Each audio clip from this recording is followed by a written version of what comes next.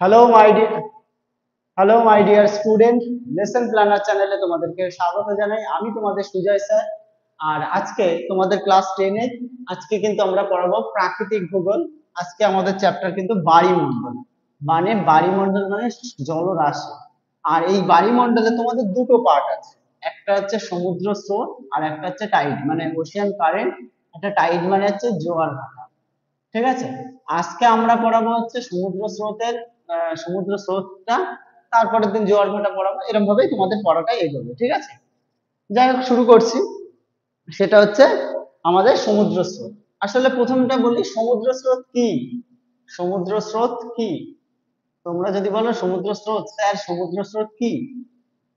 সমুদ্র স্রোত মানে হচ্ছে বায়ু প্রবাহ, বায়ুর ঘনত্ব, তারপরে সমুদ্র জলের লবণতা, কোরিওলিস বল, মাধ্যাকর্ষণ শক্তি, সমুদ্র, তারপরে জলের লবণতা, ঘনত্ব, উষ্ণতা, সবকিছুকে কিছুর কারণে যদি সমুদ্র জল বা গভীর সমুদ্রের দিকে, সমুদ্র জল পাড়ের দিকে না, সমুদ্র উপকূলের দিকে না, গভীর সমুদ্রে মানে সমুদ্রের দিকে জল যদি এঁকে বেঁকে প্রবাহিত হয় এবং অনুভূমিক ভাবে এক স্থান থেকে অন্য স্থানে এবং বিশাল অঞ্চল জুড়ে প্রবাহিত হয়, তখন তাকে বলা হয় সমুদ্র স্রোত। মানে সমুদ্র স্রোত মানে হচ্ছে সমুদ্রের জলরাশি এক স্থান থেকে অন্য স্থানে অনেকটা দূর পর্যন্ত বিশাল অঞ্চল জুড়ে প্রবাহিত হয়, তখন তাকে সমুদ্র স্রোত বলা হয়।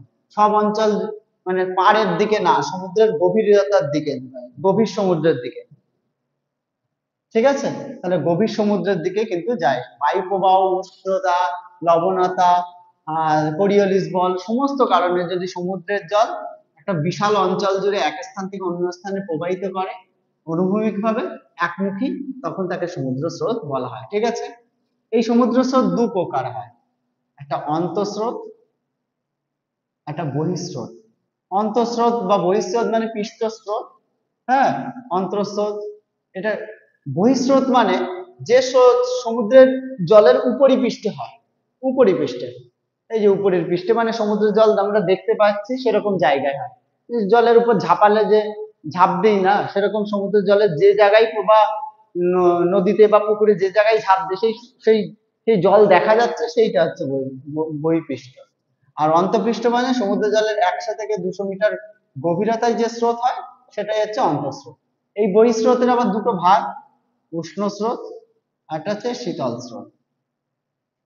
উষ্ণ স্রোত সাধারণত ক্রান্তীয় অঞ্চল এবং নিরক্ষীয় অঞ্চল, ক্রান্তীয় এবং নিরক্ষীয়, পৃথিবীর মাঝ বরাবর এরকম এরকম নিরক্ষীয় অঞ্চল আর এই যে ক্রান্তীয় অঞ্চল, এইরকম জায়গাগুলো যে স্রোত বয়ে যায় তাকে বলে উষ্ণ স্রোত। শুধু বয়ে গেলে হবে না, এই অঞ্চলের জলের যে তাপমাত্রা তার থেকে একটু বেশি হলে হবে, তবেই উষ্ণ স্রোত। আবার শীতল স্রোত মানে বিশেষ করে উচ্চ অক্ষাংশ এবং মেরু অঞ্চল, উচ্চ অক্ষাংশ এবং মেরু অঞ্চলে সেই জায়গার জলের যা উষ্ণতা তার থেকে একটু কম উষ্ণতা যুক্ত যে স্রোত প্রবাহিত হয় তাকে বলা হচ্ছে শীতল স্রোত। ঠিক আছে, উষ্ণ স্রোত এবং শীতল স্রোত আমরা বুঝলাম। ঠিক আছে, এবার স্রোতের একটা বৈশিষ্ট্য আমাদের কিন্তু অনেক সময় পরীক্ষায় দেয়, স্রোতের বৈশিষ্ট্য। কিরকম স্রোতের বৈশিষ্ট্য? স্রোত কিন্তু সবসময় একমুখী হয়, স্রোত কিন্তু একমুখী। ঠিক আছে, একমুখী স্রোত, স্রোত দ্বিমুখী নয়। ঠিক আছে, স্রোত হচ্ছে একমুখী। স্রোত মূলত বায়ু প্রবাহের দ্বারাই প্রবাহিত হয়। হ্যাঁ, বায়ু প্রবাহের দ্বারাই প্রবাহিত হয়, বায়ু প্রবাহের দ্বারাই হয়, প্রবাহের দ্বারা হয় মূলত। আর স্রোত কিন্তু এরকম কুণ্ডলী পাকায়েও যেতে পারে, মানে কুণ্ডলী আকৃতিক ভাবে এরকম ঘূর্ণ আকারেও স্রোত কিন্তু হয়। ঘূর্ণ আকারে যখন স্রোত বয়ে যায় তখন তাকে গায়র বলে। এটা পরীক্ষায় অনেক সময় দেয় গায়র কি। স্রোত সবসময় যে সোজা এরকম ভাবে যাবে তা না, স্রোত সমুদ্র উপরিপৃষ্ঠে এরকম কুণ্ডলী আকার ভাবেও এঁকে বেঁকে প্রবাহিত হয়। এই এই যে এই এই এই গোল আকৃতি এরকম ভাবে প্রবাহিত হলো কুণ্ডলীর মতো, তখন তাকে গায়র বলা হয়। এইভাবেও প্রবাহিত হয় কিন্তু। ঠিক আছে, সমুদ্র স্রোত আরেকটা জিনিস হয়, সমুদ্র স্রোত জলবায়ুকে নিয়ন্ত্রণ করে, সমুদ্র স্রোত জলবায়ুকে নিয়ন্ত্রণ করে। একমুখী হয়, বায়ু প্রবাহের দ্বারা হয়, নিয়ন্ত্রিত করে। ঠিক আছে, নিয়ন্ত্রণ করে। এই হচ্ছে সমুদ্র স্রোতের কিছু বৈশিষ্ট্য, খুব একটা দেয় না, তাও বললাম জাস্ট পড়ানোর জন্য। এবার সমুদ্র স্রোত সৃষ্টির আমরা কিছু কারণ দেখে নেব। সমুদ্র স্রোত তো সৃষ্টি হচ্ছে, তার কারণ কি? এটা প্রচুরবার দেয়, সমুদ্র স্রোতের স্রোতের সৃষ্টির কারণ। ঠিক আছে, সমুদ্র স্রোত সৃষ্টির কারণ প্রথম পয়েন্ট বায়ু প্রবাহ। দেখো, বায়ু যে দিক বরাবর প্রবাহিত হবে স্রোতও সেই দিকে যায়। এই দেখো, বায়ু ধরো এই দিকে যাচ্ছে, যখন বায়ু প্রবাহিত হয় সমুদ্র জল এই বায়ু প্রবাহের সঙ্গে সঙ্গে এই বায়ু প্রবাহের অণুগুলো, বায়ুর অণুগুলো এবং সমুদ্র জলের অণুগুলো পরস্পর ঘর্ষণ খায়। ঘর্ষণ খেয়ে এই এই যে এইটার সঙ্গে এটা ঘর্ষণ হয়ে কিছুটা চলতে শুরু করে। এইভাবে সমুদ্র স্রোতও যায়, মানে সমুদ্রের জলরাশি এক স্থান থেকে অন্য স্থানে চলে যায়, তখন বায়ু প্রবাহের মাধ্যমে স্রোত হয়, মানে বায়ু প্রবাহের একটা কারণ। এই বায়ু প্রবাহ, হাওয়া যখন প্রবাহিত হচ্ছে, বাতাসের অণুগুলো এবং জলের অণুগুলো সংঘর্ষ হয়ে চলতে শুরু করে, সেইটাই হচ্ছে বায়ু প্রবাহ। তবে খুব বেশি বায়ু প্রবাহের কারণের মাধ্যমে হয় না। যেরকম 50 কিলোমিটার বায়ুর বেগ যদি থাকে, তাহলে স্রোত হয়তো 1 থেকে 2 কিলোমিটার বা 3 কিলোমিটার বেগে স্রোত প্রবাহিত হতে পারে। ঠিক আছে, মানে 50 কিলোমিটার/ঘন্টা হলে যদি বায়ু প্রবাহ, আর তাহলে জল বেশ ভারী একটু বয়ে নিয়ে যেতে সময় বেশি লাগে, 1 থেকে 2 কিলোমিটার বা 3 কিলোমিটার বেগে প্রবাহিত হতে পারে। সারা বছর নিয়ত বায়ু প্রবাহিত হয় নিয়মিত ভাবে। কোন কোন বায়ু? মেরু বায়ু, আয়ন বায়ু, পশ্চিমা বায়ু। এই বায়ু প্রবাহের জন্য সারা বছর নিয়মিত ভাবে একটা দিক বরাবর সমুদ্র স্রোত কিন্তু প্রবাহিত হয়। ঠিক আছে, এবার আমরা পরের পয়েন্টে চলে যাব, হচ্ছে মানে পরের পয়েন্টটা, সেটা হচ্ছে বায়ু প্রবাহের পরে আমাদের কোরিওলিস বল, কোরিওলিস বল বা আবর্তন গতি। দেখো, আবর্তন গতি কোথায় হয়? পৃথিবীর মাঝ বরাবর। এই আবর্তন গতির জন্য যে কোরিওলিস বল সৃষ্টি হয় পৃথিবীর মাঝ বরাবর, সেই বল বরাবর উত্তর গোলার্ধের ডান দিকে বায়ু প্রবাহিত হয়, দক্ষিণ গোলার্ধের বাম দিকে বায়ু বেঁকে প্রবাহিত হয়। এই ডান দিক আর বাম দিকে বেঁকে যদি বায়ু প্রবাহিত হয়, তখন সমুদ্র স্রোতটাও ডান দিকে বেঁকে বা বাঁ দিকে বেঁকে প্রবাহিত হবে। ঠিক আছে, আর একটা জিনিস, এই এই এখানে নিরক্ষরেখা অবস্থান করায় কোরিওলিস বল বা আবর্তন বেগ বেশি হওয়ায় উত্তর দিকে নিরক্ষীয় স্রোত, দক্ষিণ নিরক্ষীয় স্রোত, এরকম দুটো স্রোতের কিন্তু আবির্ভাব হয় কিন্তু এই আবর্তন গতির ফলে। আর কোরিওলিস বলের প্রভাবে উত্তর গোলার্ধে বায়ু এদিকে যায়, তাই এইদিকে স্রোত প্রবাহিত হয়। দক্ষিণ গোলার্ধে বায়ু বাম দিকে যায়, তাই বাম দিকে প্রবাহিত হয়। তাহলে হচ্ছে আমাদের বায়ু প্রবাহ, কোরিওলিস বল, এগুলো আমরা দেখলাম যে কিসের জন্য হয় স্রোত। বায়ু প্রবাহ, কোরিওলিস বল, কোরিওলিস বল, আবর্তন গতি। ঠিক আছে, তাহলে আমরা তিনটে কারণ পেলাম বায়ু। এবার 3 নম্বর আর একটা কারণ আমরা বলি, সেটা হচ্ছে সমুদ্র জলের উষ্ণতা। সমুদ্র জলের উষ্ণতা, যেখানে সমুদ্র জল বেশি উষ্ণ বা সূর্য তাপ বেশি দেয়, সেখানে সমুদ্র জল বেশি উষ্ণ। বেশি উষ্ণ হলে কি হবে? জলটা হালকা হয়, হালকা হয়ে বর্ধিত হয়। হালকা হলে ঘনত্ব কমে যাবে, আর ঘনত্ব কমে গেলে বর্ধিত হয়। বর্ধিত মানে বেড়ে যায়। বেড়ে গেলে সেখানে উষ্ণ স্রোত হিসেবে সমুদ্র পৃষ্ঠের উপর দিয়েই চলে যাবে, হালকা হচ্ছে তাই সমুদ্রের জলের উপর দিয়েই পৃষ্ঠ স্রোত বা উষ্ণ স্রোত হিসেবে প্রবাহিত হতে থাকে। আবার ঠিক উল্টো দিকে, যেখানে শীতল জল, ঠান্ডা জল, সেখানে সমুদ্র জলের ঘনত্ব বেশি। ঘনত্ব বেশি হলে ভারী হবে, সেখানে অন্তঃস্রোত রূপে কিন্তু জলরাশি অন্য দিক থেকে অন্যদিকে বা বেশি ঘনত্বের থেকে কম ঘনত্বের দিকে আসতে থাকবে। ঠিক আছে, এটা হচ্ছে লবণাক্ত সমুদ্রের জলের উষ্ণতা। এবার সমুদ্র জলের লবণতা, লবণতাও তাই, সেম জিনিস। যদি লবণ বেশি থাকে তাহলে ঘনত্ব বেশি। লবণ, যদি জলের মধ্যে আমি নুন ফেলে দিই, ঘনত্ব বেশি। এবার ঘনত্ব বেশি যদি হয়, সেটা ভারী হবে, এবং ভারী মানে হয়ে অন্তঃস্রোত রূপে যেখানে কম ঘনত্ব সেই দিকে আসতে থাকবে। আবার যদি যেখানে লবণতা কম সমুদ্র জলে, সেখানে ঘনত্ব কম হয়ে তাহলে পৃষ্ঠ স্রোত রূপে উপর দিকে চলে আসবে। এইভাবে সমুদ্র জলের লবণতা এবং ঘনত্বের উপর নির্ভর করে কিন্তু সমুদ্র স্রোত হয়।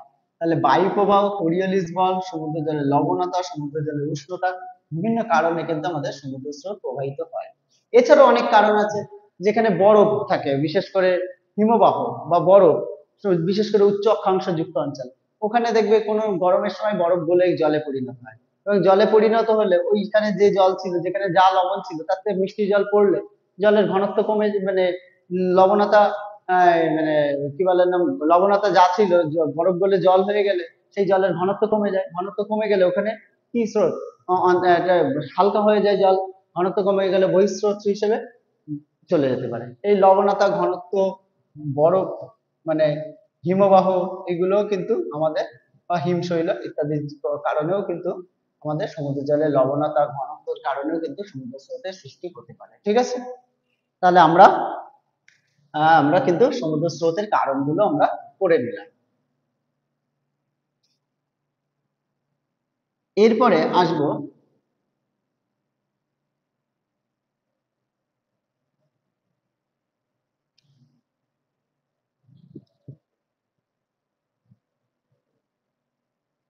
এরপরে আমরা আসবো সমুদ্র জলে সমুদ্র স্রোতের দিক পরিবর্তন। সমুদ্র স্রোতের দিক পরিবর্তনের কারণে, মানে সমুদ্র স্রোত তো দিকের পরিবর্তন করে, দিক পরিবর্তনের কারণ মানে সমুদ্র স্রোত তো সব সময় একদিকে এরম দিকে এরম দিকে যাবে না, সমুদ্র স্রোতের কিছু দিক পরিবর্তন হয়। এই দিক পরিবর্তনের কারণগুলো ধরি। প্রথম পয়েন্ট করি সমুদ্র স্রোত, সমুদ্রের আকৃতি, সমুদ্র উপকূলের আকৃতি। সমুদ্র উপকূলের আকৃতির উপর নির্ভর করে সমুদ্র স্রোত পরিবর্তন হয়। ধরো কথার কথা বলছি, এই টোটালটা এই এই সব সমুদ্র, এই জায়গাটা উপকূল, এই জায়গাটা উপকূল বা এই জায়গাটা এরকম, সমুদ্র উপকূলটা এরকম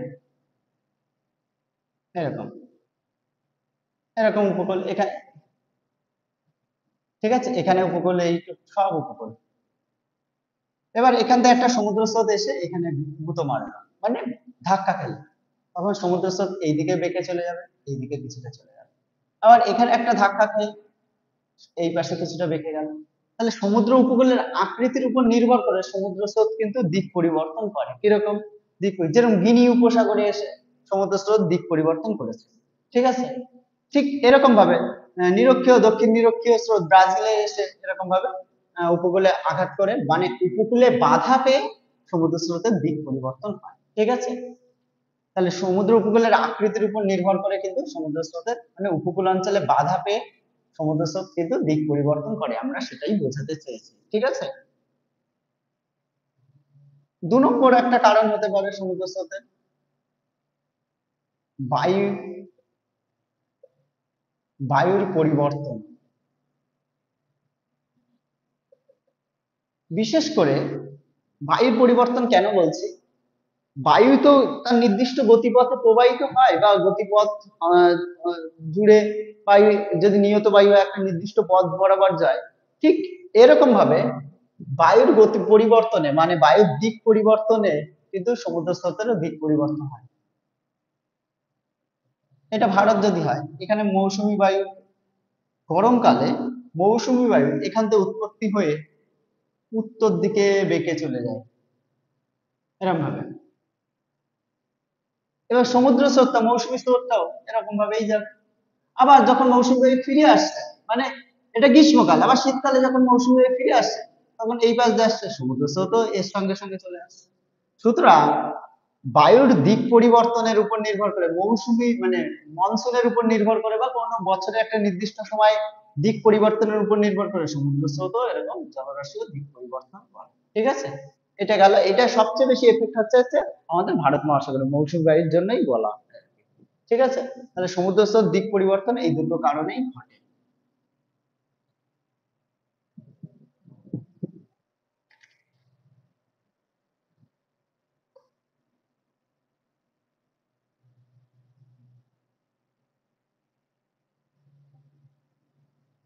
এবার আমরা পড়ব সমুদ্র স্রোতের প্রভাবে কি কি হতে পারে, মানে সমুদ্র স্রোতের প্রভাব।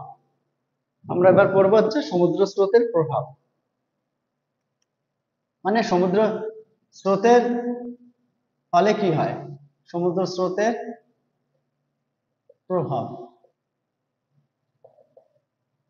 প্রথমে সমুদ্র স্রোতের প্রভাবে কি কি হতে পারে, সবার আগে কি কি আসতে পারে মাথায়, জলবায়ু পরিবর্তন। কোন অঞ্চলে সমুদ্র স্রোতের প্রভাবে কোন অঞ্চলের জলবায়ু পরিবর্তন কিরকম হয়, এখান থেকে যদি গরম স্রোত প্রবাহিত হয়, এখান থেকে এই পাশ দিয়ে যদি গরম স্রোত যায় মানে উষ্ণ স্রোত প্রবাহিত হয়, এখানকার জলবায়ু, সমুদ্র জলের আহ তাপমাত্রা এভারেজ 27, সেখান থেকে যদি উষ্ণ স্রোত প্রবাহিত হয়, ওই জলের তাপমাত্রা হয়তো 35 ডিগ্রি ছাড়িয়ে গেল, তখন এখানে জল গরম হয়ে বাষ্পীভূত হয়ে বৃষ্টিপাত এখানে ঘটাতে পারে। তাহলে আবহাওয়ার পরিবর্তন, জলবায়ুর পরিবর্তন ঘটাচ্ছে কি ঘটাচ্ছে না?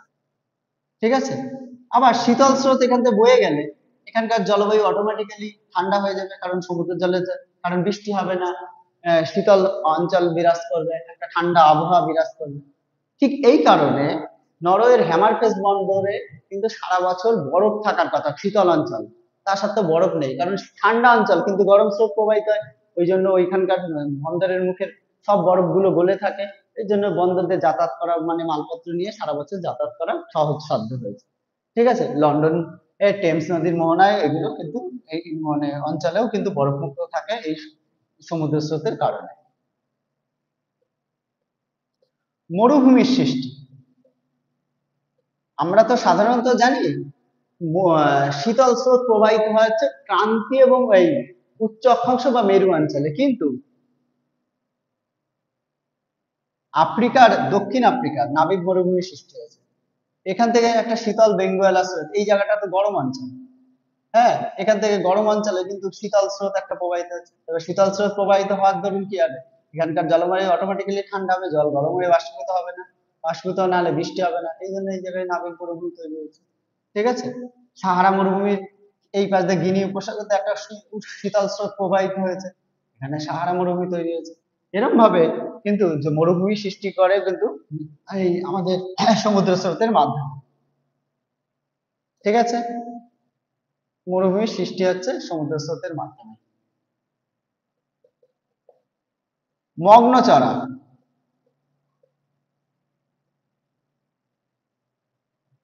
একদিকে উষ্ণ স্রোত একদিকে শীতল স্রোত, এই দুটো স্রোতের মিলনে, দুটো স্রোত যেখানে মিলেছে, এই মিলনকে বলা হয় হচ্ছে যেখানে মেলে, ধরো দুটো জল, এখানে এখানে বেশি ঘনত্বের জল, এটা কম ঘনত্বের জল, যেখানে মেলে একে হিম প্রাচীর বলা হয়, এখানে হিম প্রাচীর বলা। ঠিক আছে। হিম প্রাচীর কি পরীক্ষায় দেবেন, একটা উষ্ণ স্রোত একটা শীতল স্রোতের মিলনের স্থানে কিন্তু হিম প্রাচীর তৈরি হয়। কিন্তু শীতল হিম প্রাচীর মানে আলাদা ঘনত্বের জিনিস, তো তাই দুটোর মধ্যে একটা বাউন্ডারি তৈরি হয়, সেটা হিম প্রাচীর বলে।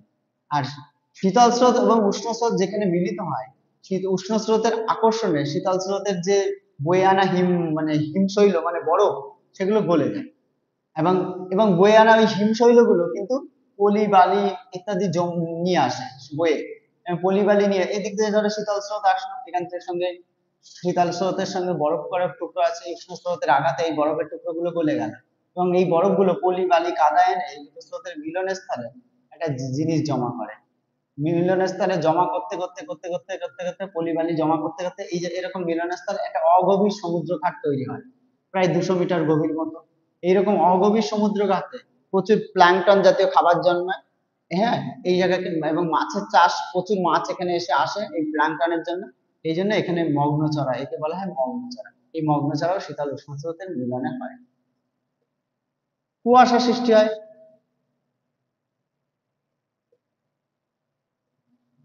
ঠিক আছে। কুয়াশা বা বরফের শৈল, ওই যে দুটো স্রোত, একটা উষ্ণ স্রোত একটা শীতল স্রোতের মিলন স্থানে কিন্তু কুয়াশা, ঘন কুয়াশা, বৃষ্টিপাত ইত্যাদি কিন্তু তুষারপাত ইত্যাদি হয়। যেরকম শীতল ল্যাব্রাডার স্রোতের সঙ্গে শীতল ল্যাব্রাডার স্রোতের সঙ্গে আর একটা স্রোত বলছি, উষ্ণ উপসাগরীয় স্রোত, এইখান দিয়ে যায় উষ্ণ উপসাগরীয় স্রোত, শীতল ল্যাব্রাডার স্রোত, এই মিলে এখানে ঘন কুয়াশার ইত্যাদি সৃষ্টি হয় কিন্তু, হ্যাঁ, এই এই ঘন কুয়াশার সৃষ্টি হয় এটা। তাহলে জলবায়ুর পরিবর্তন, মরুভূমির সৃষ্টি, মগ্নচড়া সৃষ্টি, এগুলো হয়। আর একটা হচ্ছে এল নিনো লা নিনো, যেটা ভারতের বা পৃথিবীর জলবায়ুকে নিয়ন্ত্রণ করে। প্রশান্ত মহাসাগর তো দুই পাশে, প্রশান্ত মহাসাগরের এক পাশে এইদিকে অস্ট্রেলিয়া জাপান, এদিকে হচ্ছে পেরু চিলি অঞ্চল, এই অঞ্চলে কিন্তু একটা স্রোত প্রবাহিত হয়। এখান থেকে হচ্ছে একটা হাম্বল স্রোত বা শীতল স্রোত প্রবাহিত হয়, এটা প্রশান্ত মহাসাগর। এখান থেকে হাম্বল বা শীতল স্রোত, হাম্বল বা পেরি স্রোত শীতল স্রোত। কিন্তু কোনো কোনো বছর এখানে এই স্রোতটা যদি, এখানে যদি গরম স্রোত আসে, এবং গরম স্রোত আসলে এই অঞ্চলে জল বাষ্পীভূত হয়ে বৃষ্টিপাত ঘটাবে। বৃষ্টিপাত ঘটালে এখানে প্রচুর মাছের আমদানি হয়, ঠিক উল্টো দিকে এই দিকে বৃষ্টিপাত ঘটে না এইদিকে, কারণ এই জায়গার জল রাশি জলের লেভেল করার জন্য এইদিকে চলে যাচ্ছে, সুতরাং এখানে হলো না, এটা এল নিনো। আবার লা লিনা মানে এখানে শীতল স্রোত যায়, আবার অতি শীতল হয়ে গেলে এখানে বৃষ্টিপাত হলো না, কিচ্ছু হয় না, পুরো রুক্ষ অবস্থা, আবার উল্টো দিকে বৃষ্টিপাত হয়, এটা লা লিনো। এই এল নিনো লা লিনো কিন্তু কন্ট্রোল করে হচ্ছে এল নিনো, আর লা লিনোকে কন্ট্রোল করে কিন্তু এই স্রোত, লা লা লিনা। ঠিক আছে, তাহলে স্রোতের ফলে কি কি হতে পারে? ঘন কুয়াশা, মরুভূমি সৃষ্টি, মগ্নচড়া, কুয়াশা সৃষ্টি, এলনিনো। আর একটা জিনিস বলেন, শৈবাল সাগর। ওই যে বলেছি স্রোত, শৈবাল সাগর, যখন স্রোতরা এরকম চক্রাকারে মিলিত হয়, এই চক্রাকারে মিলিত হওয়ার ফলে এই মাঝখানে শীতল, এটাকে গায়র বলে, আর মাঝখানে এই জায়গাটা ঠান্ডা, মানে ঠান্ডা মানে শীতল বা শান্তশিষ্ট সমুদ্র। এখানে ওই শান্ত সমুদ্র বলে, এই শান্ত সমুদ্রের মাঝখানে হয়তো শৈবাল মানে লতা পাতা মানে যেগুলো শ্যাওলা জাতীয় গাছ বা প্ল্যাংটন জাতীয় গাছ, এই সমস্ত কিছু এখানে হয়, মানে শৈবাল জাতীয় কিছু হয়, তার জন্য একে শৈবাল সাগর বলা হয়। এটা আটলান্টিক মহাসাগরে আছে। তাহলে আটলান্টিক মহাসাগরে চক্রাকার স্রোতের যে হয় সেটাকে গায়র বলে, আর তার মাঝখানে, গায়রের মাঝখানে শান্ত অবস্থায় ওখানে গাছপালা জন্মাতে পারে, মানে বিশেষ করে সমুদ্রের মধ্যে শৈবাল গুলো, তাই একে শৈবাল সাগরও বলা হয়। ঠিক আছে, আর আরেকটা জিনিস এখান থেকে দেয়, সেটা হচ্ছে উষ্ণ স্রোত, শীতল স্রোত আমি বলেছি কি, এবং পার্থক্য করে নেবে। আরেকটা হচ্ছে সমুদ্র তরঙ্গ। সমুদ্র তরঙ্গ আমরা তো জানি সবসময় সমুদ্র স্রোত, বায়ু প্রবাহ, বায়ুর গতিবেগ, তারপরে জোয়ার ভাটা থেকে শুরু করে আরো জোয়ার ভাটা বলছি কেন, সমুদ্র কি বলে নাম, বায়ুর উষ্ণতা, আর্দ্রতা, তারপরে হিমবাহ, এই সমস্ত সমস্ত কোরিওলিস বল, আবর্তন গতি ইত্যাদির ফলে, সমস্ত কিছুর ফলে সমুদ্র স্রোত সৃষ্টি হয়। কিন্তু সমুদ্র তরঙ্গ হচ্ছে বায়ু প্রবাহের ফলে, যদি জলরাশি এক্স রে যেরকম হয় এরকম উপর নিচ করে উলম্ব ভাবে সমুদ্র উপকূলের দিকে আসতে থাকে, তখন তাকে সমুদ্র তরঙ্গ বলা হয়। মানে উপর নিচ করে বায়ু প্রবাহের আঘাতে বা বায়ু ঘর্ষণ জনিত কারণে এরকম উপর নিচ করে সমুদ্র উপকূলের দিকে আসে বেশি, তাকে সমুদ্র তরঙ্গ বলে। সমুদ্র স্রোত আর তরঙ্গের মধ্যে অনেক সময় পার্থক্যও দেয়। সমুদ্র স্রোত তরঙ্গ সম্পূর্ণ বায়ু প্রবাহের হয়, সমুদ্র স্রোত বায়ু প্রবাহ ছাড়া কোরিওলিস বল সহ, তারপরে আবর্তন গতি, সমুদ্র জলে লবণাক্ত ইত্যাদির জন্য হয়। সমুদ্র স্রোত গভীর সমুদ্রে হতে পারে, বা সমুদ্রের অনেক বিস্তার বেশি, এর বিস্তার কম। ঠিক আছে, সমুদ্র স্রোত জলবায়ুকে নিয়ন্ত্রণ করে, সমুদ্র তরঙ্গ জলবায়ুকে নিয়ন্ত্রণ করে না। এইরকম কয়েকটা কারণ কিন্তু আমাদের করে নিতে হবে। ঠিক আছে, যাই হোক এখানেই শেষ করলাম আমাদের আজকের কি বলে নাম, বায়ুমণ্ডলের সমুদ্র স্রোত। কিন্তু সমুদ্র স্রোত কোন সাগরে কোন স্রোত দেখা যায় এগুলো নিয়ে আরেকটা পরে ভিডিও করা হবে, এবং তারপরে টাইড মানে জোয়ার ভাটা নিয়েও করা হবে। ঠিক আছে, আজকের মতো এখানে থাকলো। ঠিক আছে, থ্যাংক ইউ।